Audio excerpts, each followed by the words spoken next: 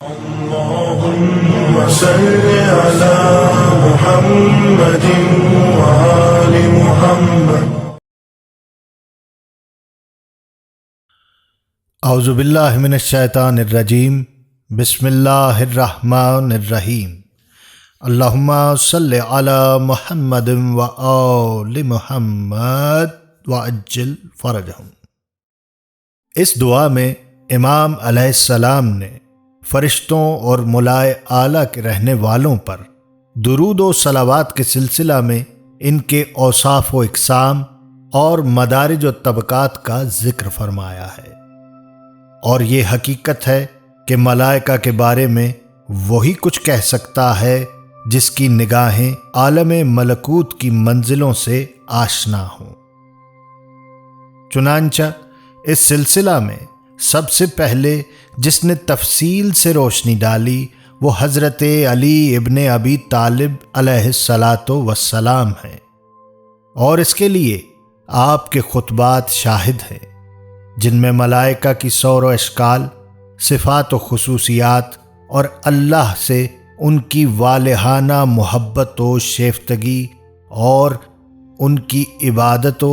وارفتگی کی مکمل تصویر کشی کی ہے، جس کی نظیر نہ اگلوں کے کلام میں ملتی ہے نہ پچھلوں کے. اسلام سے قبل اگرچہ کچھ افراد ایسے موجود تھے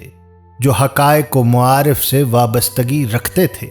جیسے عبداللہ بن سالم، امیہ ابن ابی سلت، ورقہ ابن نوفل،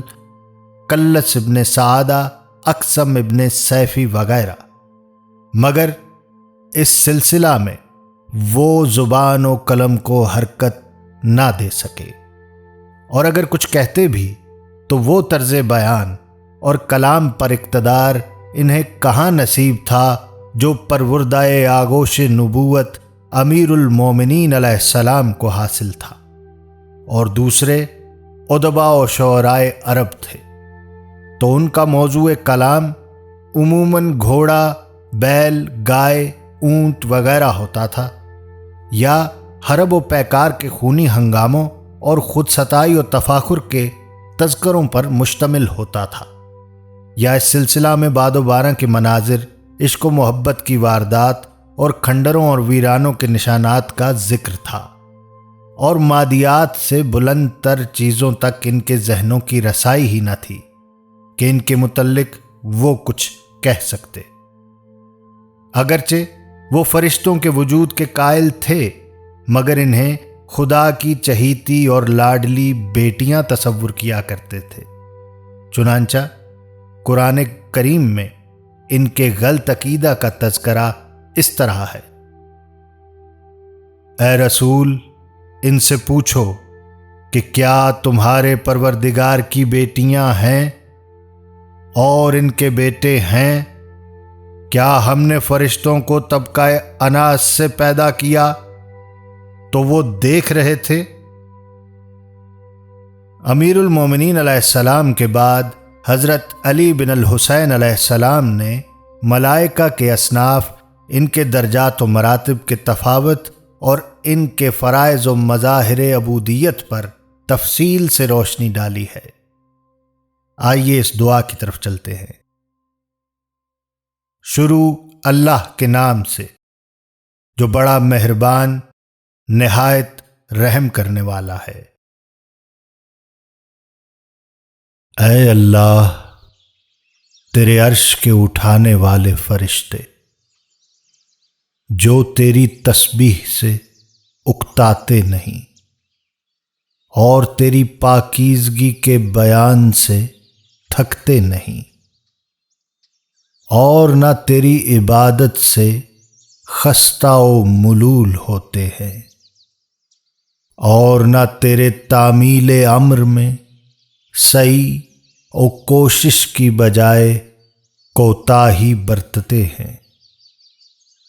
اور نہ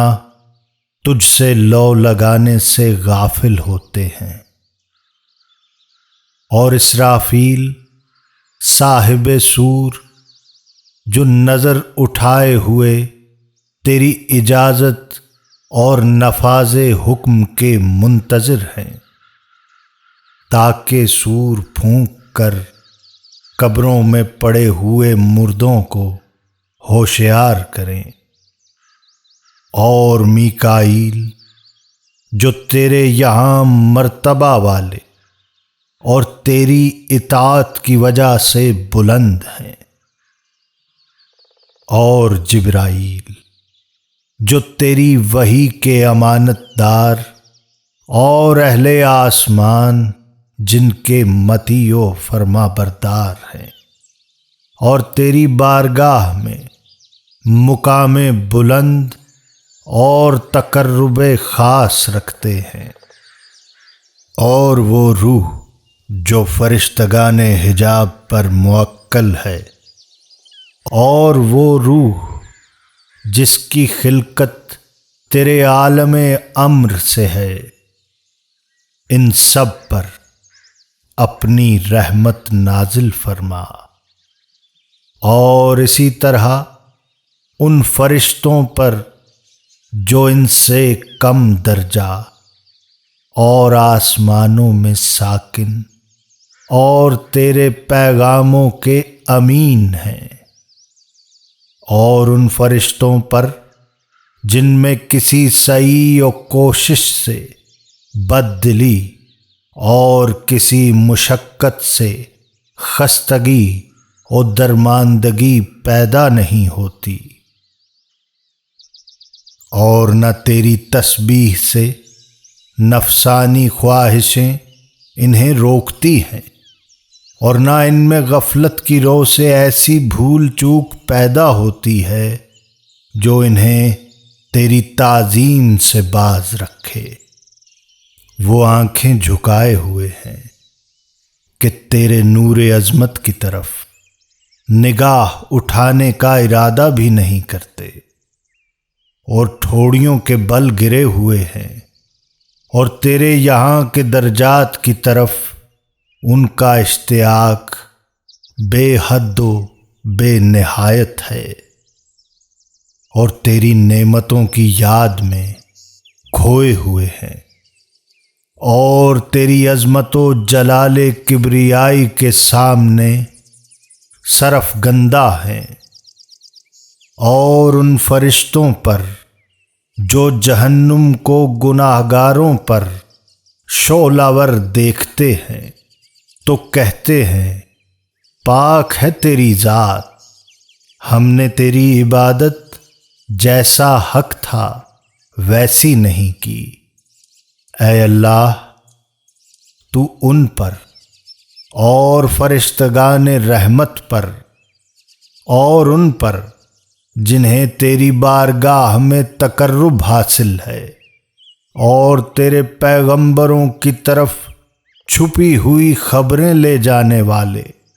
اور تیری وحی کے امانت دار ہیں، اور ان قسم قسم کے فرشتوں پر جنہیں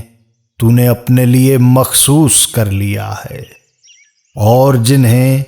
تسبیح و تقدیس کے ذریعے کھانے پینے سے بے نیاز کر دیا ہے، اور جنہیں آسمانی طبقات کے اندرونی حصوں میں بسایا ہے، اور ان فرشتوں پر جو آسمان کے کناروں میں توقف کریں گے جبکہ تیرا حکم وعدے کے پورا کرنے کے سلسلہ میں صادر ہوگا، اور بارش کے خزینہ داروں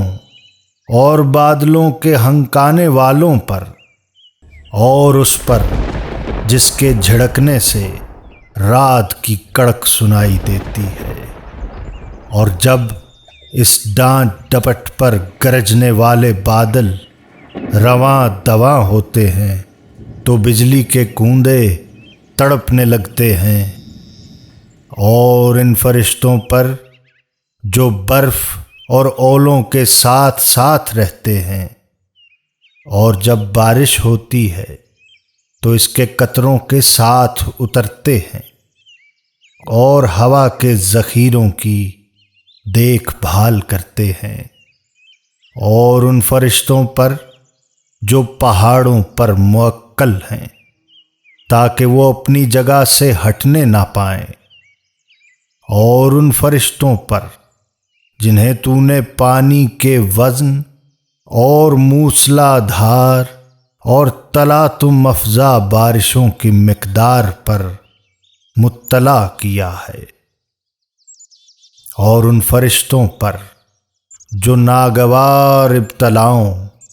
اور خوش آئند آسائشوں کو لے کر اہل زمین کی جانب تیرے فرستادہ ہیں، اور ان پر جو اعمال کا احاطہ کرنے والے گرامی منزلت اور نیکوکار ہیں، اور ان پر جو نگہبانی کرنے والے کرامن کاتبین ہیں، اور ملک الموت اور اس کے اعوان و انصار اور منکر نکیر اور اہل قبور کی آزمائش کرنے والے رومان پر، اور بیت المعمور کا طواف کرنے والوں پر، اور مالک اور جہنم کے دربانوں پر، اور رضوان اور جنت کے دوسرے پاسبانوں پر، اور ان فرشتوں پر جو خدا کے حکم کی نافرمانی نہیں کرتے اور جو حکم انہیں دیا جاتا ہے اسے بجا لاتے ہیں، اور ان فرشتوں پر جو آخرت میں سلام علیکم کے بعد کہیں گے کہ دنیا میں تم نے صبر کیا، یہ اسی کا بدلہ ہے، دیکھو تو آخرت کا گھر کیسا اچھا ہے۔ اور دوزخ کے ان پاسبانوں پر کہ جب ان سے یہ کہا جائے گا کہ اسے گرفتار کر کے تو کو زنجیر پہنا دو، پھر اسے جہنم میں جھونک دو، تو وہ اس کی طرف تیزی سے بڑھیں گے اور اسے ذرا مہلت نہ دیں گے، اور ہر فرشتے پر جس کا نام ہم نے نہیں لیا اور نہ ہمیں معلوم ہے کہ اس کا تیرے ہاں کیا مرتبہ ہے، اور یہ کہ تو نے کس کام پر اسے معین کیا ہے، اور ہوا، زمین اور پانی میں رہنے والے فرشتوں پر اور ان پر جو مخلوقات پر معین ہیں ان سب پر رحمت نازل کر، اس دن کہ جب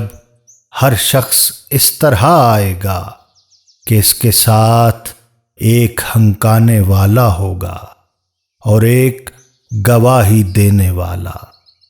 اور ان سب پر ایک ایسی رحمت نازل فرما جو ان کے لیے عزت بالائے عزت اور طہارت بالائے طہارت کا باعث ہو۔ اے اللہ، جب تو اپنے فرشتوں اور رسولوں پر رحمت نازل کرے اور ہمارے صلاۃ و سلام کو ان تک پہنچائے تو ہم پر بھی اپنی رحمت نازل کرنا، اس لیے کہ تو نے ہمیں ان کے ذکر خیر کی توفیق بخشی، بے شک تو بخشنے والا اور کریم ہے۔ اللہم صلی علی محمد و آل محمد وعجل فرجہم۔